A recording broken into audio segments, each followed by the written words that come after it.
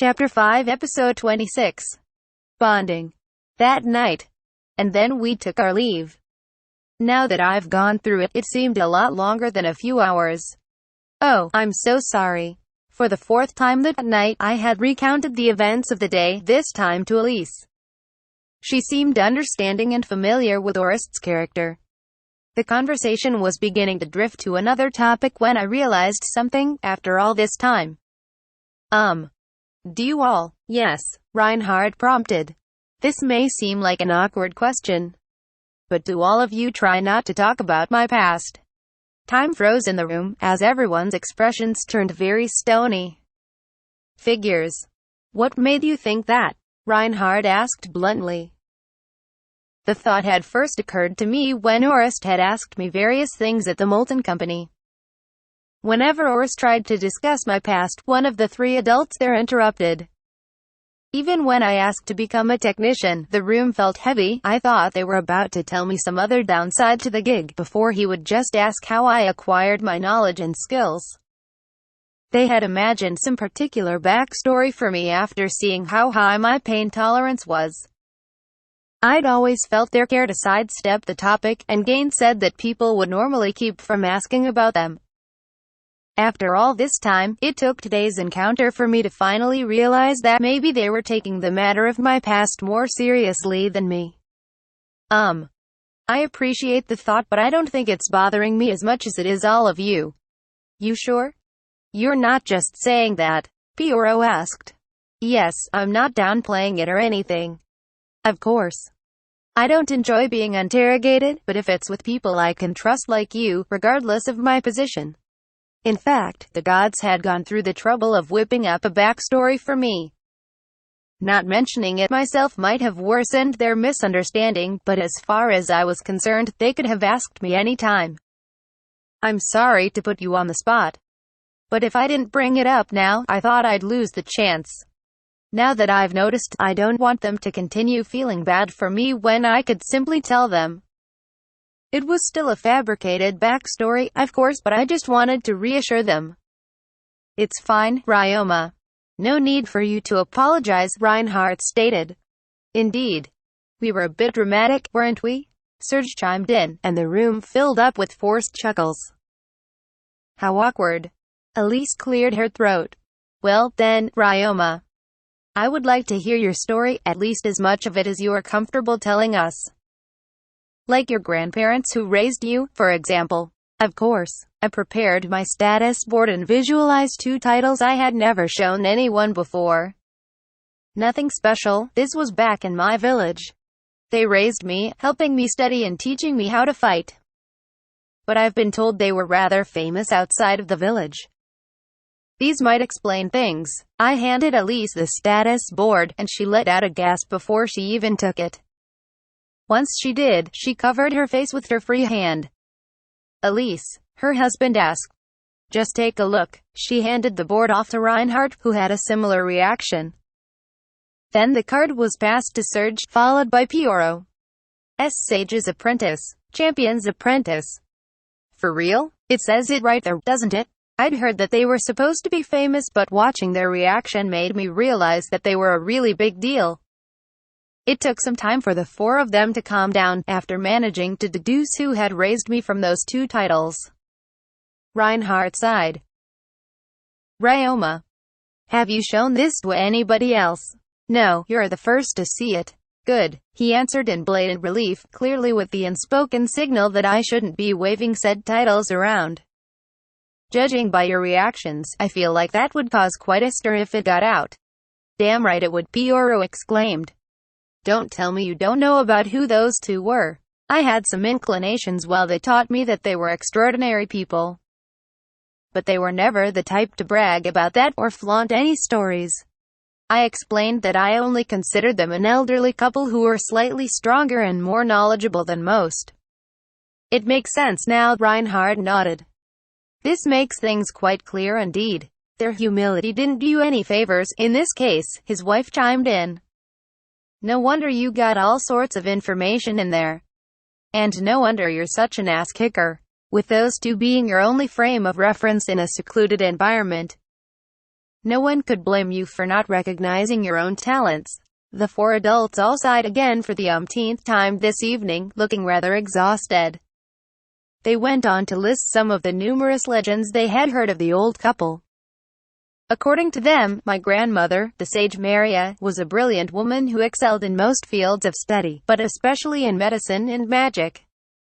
She had attended the academy in the capital, having published many theses and research papers from that young age. Each field of academia contained a sect of Marian scholars, and her studies were still highly praised to this day.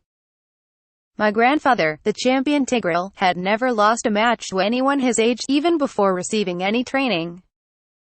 He began hunting monsters at age 7, and set out looking for those stronger than him to seek their tutelage. With talent and dedication, he quickly grew to outclass each master. By the time of his death, the legend he left behind was that no weapon could withstand his full strength, and that he always destroyed his own weapons. While this story was unverified, the fact remained that he was a blacksmith, and an excellent one at that. Any one of his pieces would fetch the price of a decently sized house.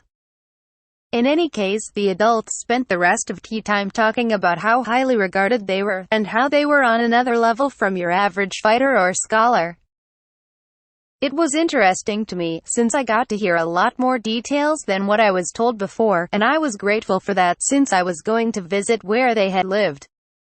Besides, I felt closer to those in the room for being able to talk about my past. That being said, just so I'm clear, if someone with nefarious intentions finds out about this, then you'll be in danger. They'll come after you. I've said this a bunch over the past few days. But those in power can't get enough knowledge and skills. Your history of studying under those two alone has great value. I wondered if Gain and the others made up this backstory because they thought I could get away with anything if I just said I studied under those two. As I walked back to my room, I resolved to ask them about that the next time I saw them. The next day arrived, and as I started my 5th day in the Duke's residence, I was getting used to the extravagance of my room. Apparently, the servants were getting used to me as well. "Oh, Master Takebayashi, the head chef was looking for you just now. He wanted to know if you were available to attend a tasting for wedding food offerings around noon." "Thank you. I would love to be there." "Hey, are you going to finish up the venue this afternoon? I heard some guys arguing whether it was going to be finished today or tomorrow. We finished the foundation yesterday, and I think the upper half will be mostly done today. But we still need to decorate, so it won't be completely finished until that's out of the way."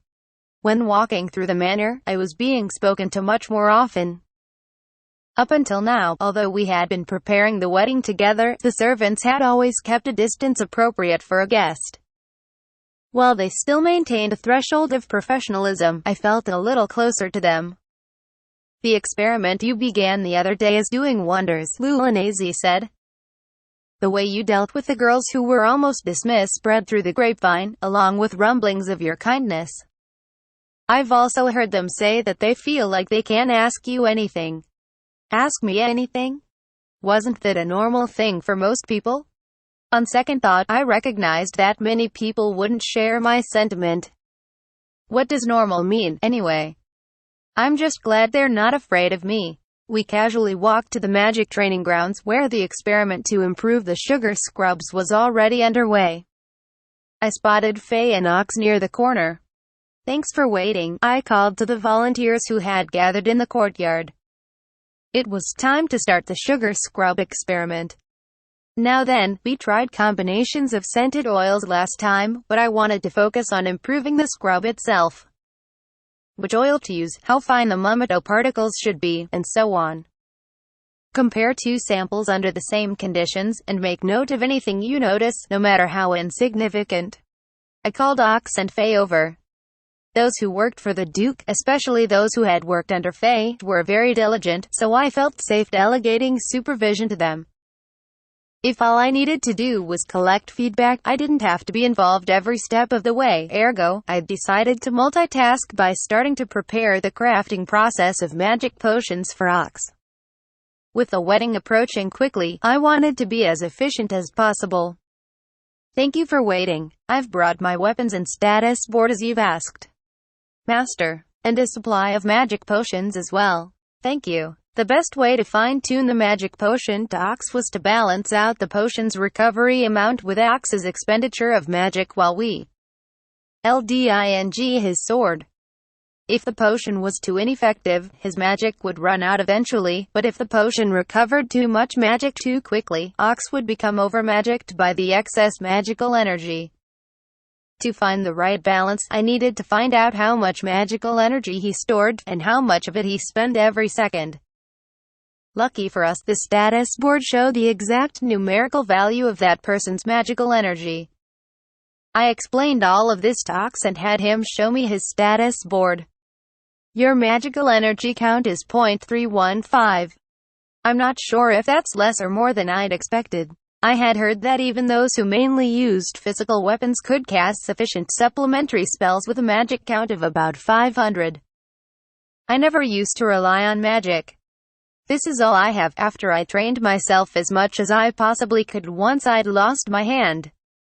I doubt that this is a significant amount. The lower his total magic count was, the easier it was for him to OD on the potions. I would have to start low and scale the potions up. Well, let's just see how long you can keep up that spell for now. Miss Lulanazy, do you have the watch? Right here, she said, producing a magical item in the shape of a pocket watch. I tasked her with keeping the time, and handed the status board to Faye. I'm told that magic expenditure is affected by one's mental state. We'll measure this repeatedly and find the mean value. Later on, I'd like to explore different scenarios as well. But let's start with a full-force match. Understood. Ox obliged. We continued measuring Ox's magical endurance until noon. The sugar scrub testers had evidently been sneaking glances our way. I felt bad about how Libiola had to run around reprimanding them. No surprise that all the commotion would have made them curious.